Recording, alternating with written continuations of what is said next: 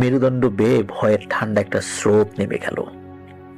বিদ্যুতের ঝলকানিতে তিনি দেখতে পেলেন অনেক উঁচু গাছের ডালটাতে ভয়ঙ্কর কিছু একটা বসে রয়েছে। সেটা দেখতে অনেকটা লম্বা, সেটা গাছের অনেক উঁচুতে বসা, আর সেটা ওই যে কবরটা ঘুরছে ওই কবরটার দিকে তাকিয়ে আছে, আর তার চুল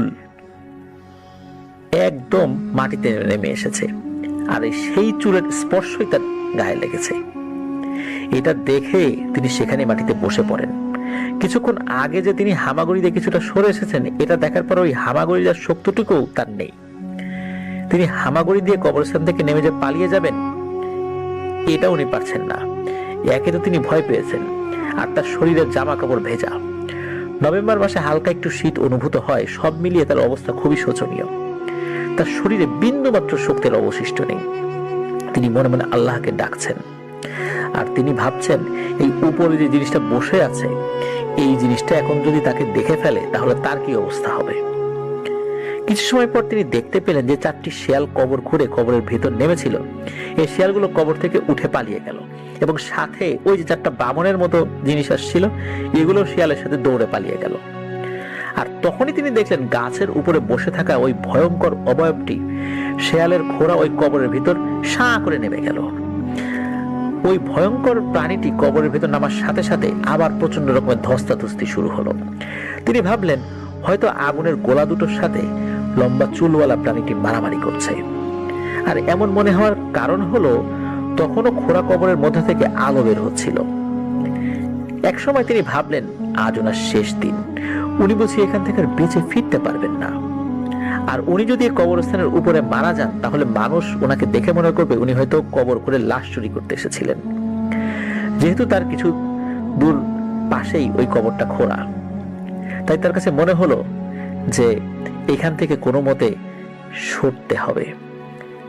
আর যদি না সরে তাহলে হয় হার্ট অ্যাটাক করে মারা যাবে, আর না হলে ওই পিশাচদের হাতে মারা যাবে। উনি মনে মনে আল্লাহ আল্লাহ জিকির করতে লাগলেন, আর আল্লাহর কাছে দোয়া করতে থাকলেন, আল্লাহ এবারের যাত্রায় আমাকে এখান থেকে বাঁচিয়ে নেন। কিছু সময় পর তিনি দেখতে পেলেন বৃষ্টির পানিতে কবরস্থান তলিয়ে যেতে শুরু করেছে, আর তিনি যেখানে বসেছিলেন তার পায়ের নিচে পানি চলে এসেছে। তবে আশ্চর্যের বিষয় হলো কবরস্থান পানিতে তলিয়ে যাচ্ছে, অথচ তার সামনে যে কবরটা খোঁড়া সে কবরের ভিতর মনে হয় না কোনো পানি ঢুকছে। কারণ হলো চারিদিকে এত বৃষ্টি হচ্ছে, এতক্ষণে কিন্তু কবরের মধ্যে পানি জমে যাওয়ার কথা, কিন্তু ওই কবরের কাছেও কোনো পানি দেখা যাচ্ছে না, ভেতরে তো উনি দেখতে পাচ্ছেন না। এটা দেখে তিনি আরো বেশি চমকে গেলেন। তিনি ভাবলেন তিনি এখন কবরস্থান থেকে ঢালুতে নেমে এটা সাঁতার দিবেন, কিন্তু উনি তো উঠেই দাঁড়াতে পারছেন না, পানিতে সাঁতার দেবেন কিভাবে। তিনি আরো কিছুক্ষণ সেখানে বসে রইলেন। কিছুক্ষণ পর তিনি বুঝতে পারলেন কবরস্থান পানিতে তলিয়ে গেছে, এখন তার কোমর সমান পানি। এরপর তিনি আল্লাহর নাম নিয়ে পানিতে সাঁতার দিলেন। পানিতে সাঁতার দিয়ে তিনি যখন একটু সামনে গিয়েছেন তখন তিনি ধপাস করে মাটিতে পড়ে যান। মাটিতে পড়ে শরীরে ব্যথা পান। তিনি জোরে একটা চিৎকার দেন, তখনও তিনি অজ্ঞান হননি। অল্প কিছু সময় পর তিনি দেখতে পান তিনি যেখানে পড়ে আছেন সেখান থেকে 4 জন মানুষ তার দিকে আসছে। মূলত উনি অল্প একটু সাঁতরেই উঁচু জায়গায় চলে গিয়েছিলেন।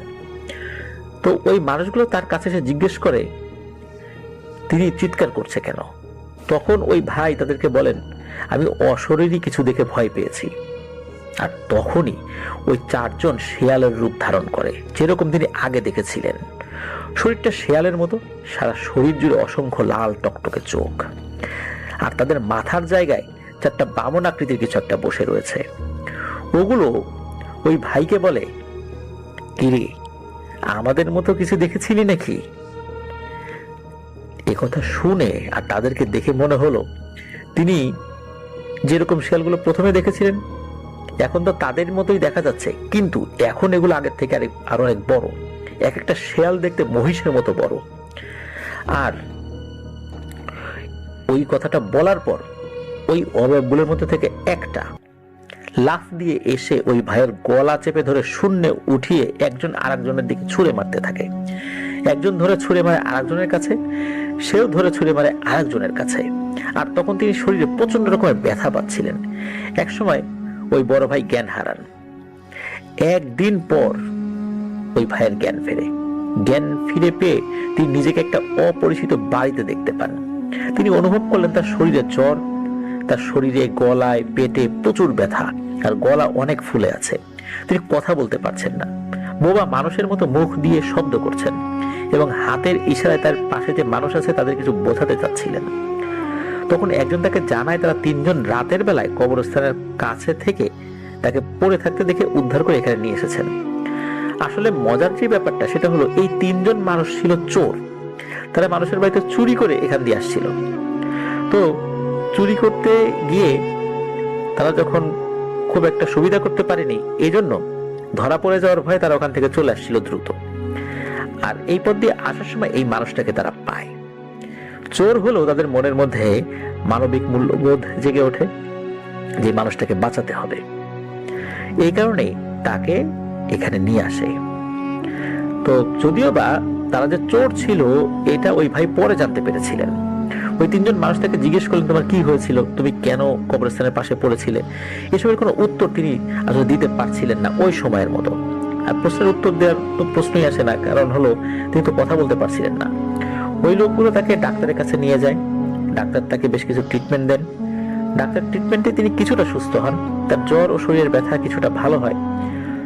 অল্প অল্প সুস্থ হলে দুজন মানুষ তাকে তার বাড়িতে পৌঁছে দেন। বাড়িতে আসার পর বাড়ির সদস্যরা তাকে জিজ্ঞেস করলেন যে তিনি কোথায় ছিলেন। বাড়ির সদস্যদের কাছে তিনি তেমন কিছু বলতে পারেননি ভালো করে, কারণ পরিপূর্ণভাবে তিনি কথা বলতে পারছিলেন না। শুধু হাত দিয়ে ইশারা করে তিনি যে এখানে গিয়ে বিপদে পড়েছিলেন সেই দিকটা দেখিয়ে দেন। তাকে অনেক ডাক্তার দেখিয়েও কোনো কাজ হয় না। ডাক্তাররা তাকে পরীক্ষা করে দেখে তার গলায় কোনো সমস্যা নাই, আর তার পেটে অনেক ব্যথা ছিল। ডাক্তাররা তার পেটেও কোনো সমস্যা পেলেন না। তারপর থেকে প্রতি রাত্রে তার পেট অনেক ব্যথা করে। পেটের ব্যথায় তিনি মাটিতে গড়াগড়ি দিতেন আর পেট চেপে ধরে চিৎকার করতেন। তার এমন অবস্থা দেখে তার পরিবারের সদস্যরা তাকে কবিরাজের কাছে নিয়ে যান। কবিরাজরা তাকে অনেক পানি পড়া খাওয়ায়, তাতেও কোনো কাজ হয় না। তিনি কথা বলতে পারেন না ভালো করে, তার পেটের ব্যথাও কমে না। তখন এক হুজুর তার পরিবারের লোকদের বলে বরিশালের পিরোজপুরে নাম করা এক মাদ্রাসার বড় হুজুরের কাছে নিয়ে যেতে। সেই হুজুরের নাম তাদের কাছে বলা হয়, সঙ্গত কারণে প্রিয় লিসেনার সেই হুজুরের নাম উল্লেখ করা যাচ্ছে না। তখন ওই বড় ভাইকে তার পরিবারের সদস্যরা সেই হুজুরের কাছে নিয়ে যান। হুজুরের কাছে গিয়ে কি হয়েছে সেটা তো পরিবারের সদস্যরা বলতে পারেন না। তারা শুধু এতটুকু হুজুরকে বলে তিনি মাছ ধরতে গিয়ে ভয় পেয়েছেন, এখন তিনি কথা বলতে পারেন না, আর তার পেটে প্রচন্ড রকমের ব্যথা। তখন ওই হুজুর বলেন যে আপনাদের সাথে এশার নামাজের পর আমি কথা বলবো। এশার নামাজের পর হুজুরের সাথে দেখা করলে হুজুর ওই বড় ভাইকে কিছুটা মধু ও পানি পড়া খাওয়ান, সাথে কিছুটা ঝাড়ফুঁক করে দেন এবং বলে দেন যে আপনি রেস্টে থাকুন। আর এই পানি পড়া কিছুক্ষণ পর পর ওনাকে খাওয়াতে হবে, তার পরিবার সদস্যদেরকে বলে দেন। এটাও বলে দেন আগামীকাল এমন সময় আমার সাথে দেখা করবেন। সেই মাদ্রাসায় রাতে তাদের থাকা খাওয়ার ব্যবস্থা করা হলো। পরের দিন বিকেল বেলা থেকে ওই বড় ভাই একটু একটু কথা বলতে পারে, মানে মানুষের বোধগম্য হয় এমন কথা বলতে পারে, আর তার পেটের ব্যথাও অনেক কমে গেছে আল্লাহর রহমতে। তারা যথাসময় হুজুরের সাথে দেখা করে এবং হুজুরের সাথে ওই বড় ভাই একা কথা বলেন। এটা হুজুরের নির্দেশ ছিল। তার সাথে কি হয়েছে সেটা তিনি হুজুরকে বলেন। ঘটনা শুনে হুজুর ওনার মতো করে রিচুয়াল শুরু করেন যে আসলে কি হয়েছে জিনদের কাছ থেকে তিনি জানতে চাবেন। হুজুর অনুসারে কিছু জিন পাঠান এই ঘটনার ব্যাখ্যা জানতে। এরপর হুজুর ফিরে এসে অন্যদের সাথে কথা বলেন। আবার অনেকক্ষণ পর হুজুর তার জিনদের সাথে যোগাযোগ করেন, আবারও ফিরে এসে কিছুটা তথ্য অন্যদেরকে বলেন। তো এই যে বড় ভাই মানে সব তথ্য যে ব্যাপারগুলো আমরা এক জায়গায় করলে যেটা হয় সেটা হলো যে বড় ভাই প্রথম যে 4টি শিয়াল দেখেছিলেন এই 4টি শিয়াল হলো এক তান্ত্রিকের পালিত জিন, আর এগুলোর উপর বসে থাকা বামন আকৃতির যে জিনগুলো এগুলোও ছিল ওই তান্ত্রিকের পালিত জিন। আর পরবর্তীতে যেই আগুনের গোলা দুটো কবরের ভিতরে ঢুকেছিল সেগুলো ছিল আরেকটা তান্ত্রিকের পালিত জিন। আর লম্বা চুলওয়ালা যেই অবয়বটা তিনি বড় গাছের উপর বসে থাকতে দেখেছিলেন সেটাও আরেকটা তান্ত্রিকের পালিত জিন। শিয়ালগুলো যে কবরটা খুঁড়েছে সেটা ছিল সদ্য আত্মহত্যা করা একটা কুমারী মেয়ের কবর। মেয়েটা কোনো এক কারণে গলায় ফাঁস দিয়ে সুইসাইড করে। এই 3জন তান্ত্রিকের পালিত জিন এই 3 জন তান্ত্রিক ভিন্ন ভিন্ন জায়গা থেকে তার পালিত জিনদেরকে পাঠিয়েছে ওই কবর থেকে লাশটা তুলে আনার জন্য। কুমারী মেয়ের এই আত্মহত্যার লাশ দিয়ে তান্ত্রিকেরা জাদুবিদ্যা চর্চা করবে, এই জন্যই তান্ত্রিকেরা তাদের নিজ নিজ পালিত জিনদেরকে পাঠিয়েছিল। আর একই সময়ে এই তান্ত্রিকদের পাঠানো এই জিনগুলো একসাথে এই জায়গায় চলে আসে। প্রথম 4টি শেয়াল কবর ঘুরে কবরের ভিতরে ঢুকেছে, আর তখনই আর 3 তান্ত্রিকের পাঠানো 2 জিন আগুনের গোলার রূপ ধরে কবরের ভিতর নেমে শেয়াল রূপীয় 4টি জিনের সাথে মারামারি শুরু করেছে। তার সাথে আবার পরবর্তীতে যুক্ত হয়েছিল আরো বামন রূপী 4টা জিন, যাতে শেয়াল রূপী জিনদেরকে মেরে আগুন রূপী জিনেরা ওই কুমারী মেয়ের লাশটা নিতে পারে। আর লম্বা চুলওয়ালা জিনটা গাছের উপর বসে অপেক্ষা ছিল কবরের ভিতর যে জিনগুলো মারামারি করছে, মারামারি করে তো এক পক্ষ হার মেনে চলে যেতেই হবে, তাই না? আর তখন অন্য পক্ষ কিছুটা দুর্বল হয়ে পড়বে, আর ওই সময় লম্বা চুলওয়ালা জিনটা কবরের ভিতর নেমে যে জিনগুলো মারামারি জয়ী হয়েছে তাদের সাথে মারামারি করে লাশ নিয়ে যাবে। খুব ভালোই বুদ্ধি 3 নাম্বার জিনটার। যখন আগুনরূপী জিনদের সাথে মারামারি করে শিয়ালরূপী জিনগুলো মারামারিতে না পেরে পালিয়ে যায়, তখন গাছের উপরে বসে থাকা লম্বা চুলওয়ালা জিনটা কবরের ভিতর নেমে আগুনরূপী জিনদের সাথে মারামারি শুরু করে দেয়। মারামারি করে কোন পক্ষ লাশ নিতে পেরেছে বা পারেনি সেটা হুজুর জানায় না কোনো কিছু, কারণ যদি কোনোভাবে লাশ নেওয়ার কথা ওই মৃত মেয়ের পরিবার জানতে পারে তাহলে তাদের মনে অনেক কষ্ট হবে, আর ওই বড় ভাইয়ের কোনো সমস্যা হলেও হতে পারে। এই জন্য হুজুর তাদের কাছে লাশ নিয়ে কোনো তথ্য দিতে চান না, আর দেনও নি উনি, যে কোন তান্ত্রিকের পালিত জিনেরা এটা নিয়ে গেছে এই বিষয়ে কোনো কথাই উনি বলেননি। আর শেয়াল রূপী জিনগুলো এবং তাদের পিঠে বসে থাকা ওই 4টা বামন অবয়বগুলো যখন আগুনরূপী জিনদের কাছে মারামারিতে হেরে কবরস্থান থেকে পালিয়ে যায়, তখন তারা কবরস্থানের এরিয়া থেকে দূরে যায় না, তারাও দেখতে থাকে ঘটনা কি হয়। কবরস্থানের আশেপাশে তারা ঘুরতে থাকে, যদি সুযোগ পায়, যদি লাশটা নিয়ে যাওয়া যায়, কারণ লাশ নিয়ে না গেলে তান্ত্রিক তাদেরকে কঠিন শাস্তি দেবে, এই জন্য তাদের একটা ভয়ও ছিল। আর যখন ওই বড় ভাইয়ের চিৎকার তারা শোনে, এটা শুনে এগুলো তার কাছে আসে, তাকে দেখে ওই শেয়াল রূপী জিন এবং তাদের পিঠে বসে থাকা ওই বামনগুলো মনে করে যে এইটাও মনে হয় কোনো তান্ত্রিক, সেও লাশ চুরি করতে এসেছে। তখন মূলত এই জিনিসগুলো ওই বড় ভাইয়ের উপরে হামলা করে। তো এমন সময় 3 জন মানুষ ওদিকে আসতে থাকে, আর তাদেরকে দেখে ওই জিনগুলো তাদেরকে ছেড়ে দেয়, মানে বড় ভাইকে ছেড়ে দেয়। আর লাশ চুরি করতে আসা জিনেরা মারামারি ধস্তাধস্তি করছিল, তখন যে বৃষ্টি, ঝড়, তুফান, বিদ্যুৎ চমকানো, বিকট শব্দে বজ্রপাত হচ্ছিল, এগুলো সবগুলো ছিল জাস্ট ওই কবরস্থান কেন্দ্রিক। কবরস্থানের বাইরে সব কিছুই ছিল না। যে তান্ত্রিকের জিনদেরকে পাঠানো হয়েছিল লাশ চুরি করতে, এরাই মূলত এই মায়াজাল সৃষ্টি করেছিল। এই কারণে নভেম্বর মাসে শীতের সময় এইভাবে বজ্রপাত হওয়ার কিন্তু কথা না, এরকম বৃষ্টিও হওয়ার কথা না। আর এই অল্প বৃষ্টিতে কবরস্থান তলিয়ে কোমর পানি হয়ে যাবে, এটাও হওয়ার কথা নয়। তো যাই হোক,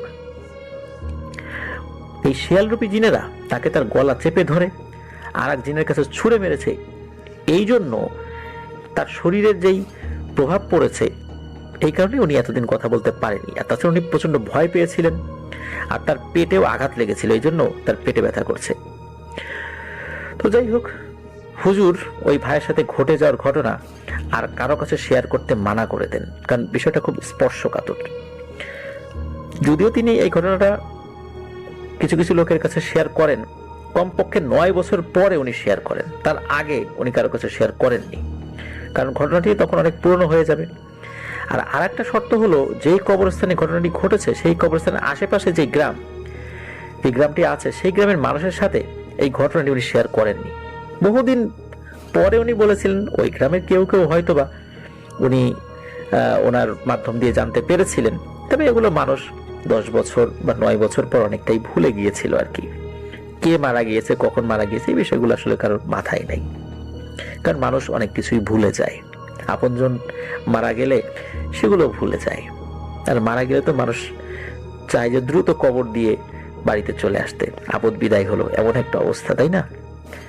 তো এ কারণেই মানুষ মারা গেলে অল্প কিছুদিন মানুষ মনে রাখার চেষ্টা করে, তারপর কি হলো না হলো কবর ভেঙে তার মধ্যে ময়লা আবর্জনা স্তূপ হয়ে গেছে, তারপর আপনজন খেয়াল করে না।